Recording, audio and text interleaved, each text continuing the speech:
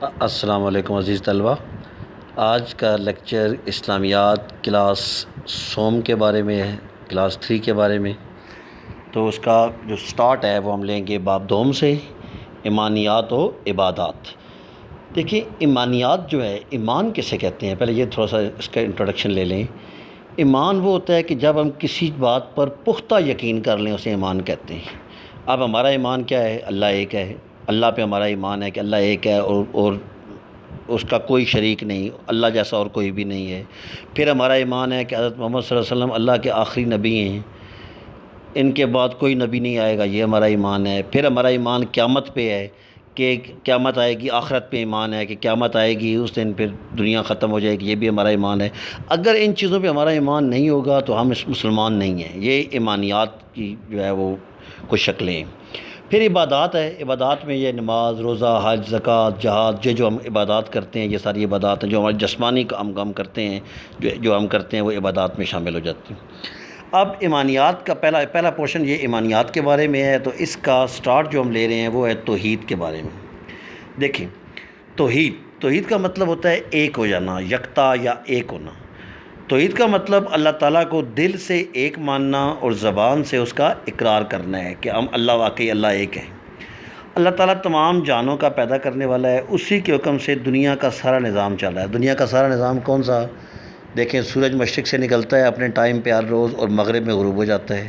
زمین سورج کے گرد گھوم رہی ہے، سورج روشنی دے رہا ہے، چاند ستارے اپنے مقررہ جگہوں پر جو ہے وہ بھی ہر روز جو ہے مقررہ جگہ پہ وہ بھی جو ہے وہ نمودار ہو جاتے ہیں۔ تو یہ سارا قدرت کا نظام ہے جو صرف ایک واحد ہستی اللہ تعالیٰ جو ہے وہ چلا رہی ہے۔ اللہ کا کوئی برابری کرنے والا نہیں ہے۔ دیکھیں نا، قل هو اللہ احد، سورہ اخلاص آپ نے پڑھی ہے، قل هو اللہ احد، کہہ دو کہ اللہ ایک ہے، اللہ الصمد، اللہ بے نیاز ہے، لم یلد ولم یولد، نہ وہ کسی کا باپ ہے نہ کسی کا بیٹا، ولم یکن لہ کفوا احد، اور اس کا کوئی ہمسر نہیں، کوئی اس جیسا نہیں۔ جتنی طاقت اللہ کے پاس ہے، دنیا میں کوئی اور شخص ایسا نہیں ہے جس کے پاس اتنی طاقت ہو۔ آسمان، زمین، سورج، چاند، ستارے سب اسی نے، ستارے عام طور ایک ہوتا ہے ستارہ، ایک ہوتا ہے سیارہ۔ ستارہ آپ اس کو کہیں گے جس میں جو اپنی روشنی خود دیتے ہیں، جس طرح سورج ایک ستارہ ہے، وہ روشنی دیتا ہے۔ سیارہ، زمین ایک سیارہ ہے، سیارہ اس کو کہتے ہیں جو روشنی لیتا ہے، ستاروں سے روشنی لے رہا ہو۔ تو جس طرح سورج ایک ستارہ ہے تو سورج سے روشنی زمین لے رہی ہے، تو زمین ایک سیارہ ہوگا ہمارا۔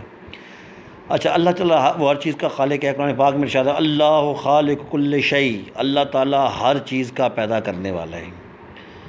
اللہ تعالیٰ کو ایک ماننے اور اس کا اقرار کیے بغیر ہمارا کوئی عمل، کوئی عبادت قبول نہیں۔ اگر ہم اللہ کو ایک نہیں مانتے تو ہم مسلمان ہی نہیں ہیں، عبادت پھر کہاں سے؟ عبادت پھر قبول ہونی ہی نہیں ہے۔ سورہ اخلاص میں نے ابھی آپ کے سامنے تلاوت کی ہے، قل هو اللہ احد اللہ الصمد لم یلد ولم یولد ولم یکن لہ کفوا احد۔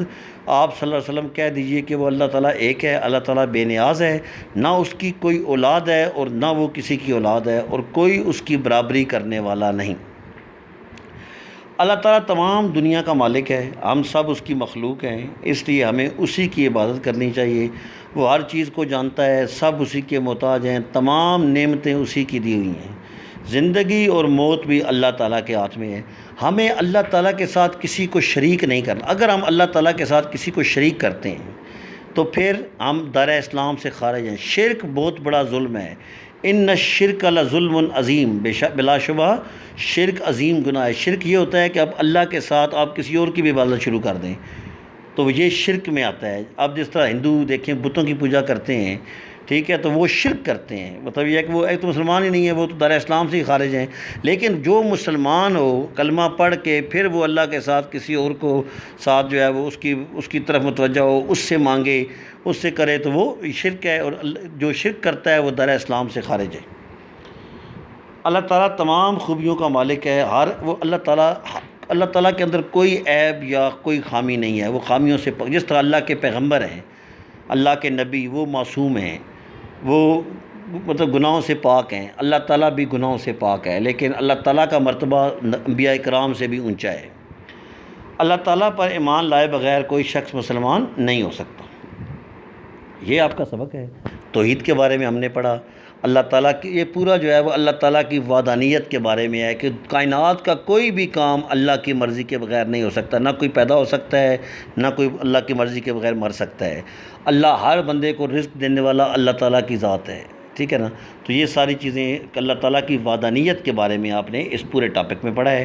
اب اس کی جو ایکسرسائز ہے، مشقی سوالات ہیں، توحید کا مطلب کیا ہے، اللہ تعالیٰ پر ایمان لانے سے کیا مراد ہے، سورہ اخلاص میں اللہ تعالیٰ کی کون سی صفات بیان کی گئی ہیں، شرک کیا ہے، یہ آپ کو ہم نے سمر ویکیشن کا جو ہوم ورک دیا تھا اس کے اندر سارے کویشچن لکھے ہوئے ہیں۔ یہ سارے کویشچن آپ نے اپنی نوٹ بکس پہ لکھ لینے ہیں۔ پھر نیچے درست جواب کا پر جو ہے وہ درست کا نشان لگائیں۔ توحید کا مطلب کیا ہے، دل سے ماننا اور زبان سے اقرار کرنا۔ اللہ تعالیٰ پیدا کرنے والا ہے کیا، تمام جہانوں کا، ساری کائنات کا نظام کس کے حکم سے چل رہا ہے، اللہ تعالیٰ کے حکم سے۔ قرآن مجید کی کس صورت میں توحید کی وضاحت کی گئی ہے، سورہ اخلاص میں۔ شرک سے کیا مراد ہے، اللہ تعالیٰ کی ذات کے ساتھ کسی کو شریک کرنا، یہ شرک سے مراد ہے۔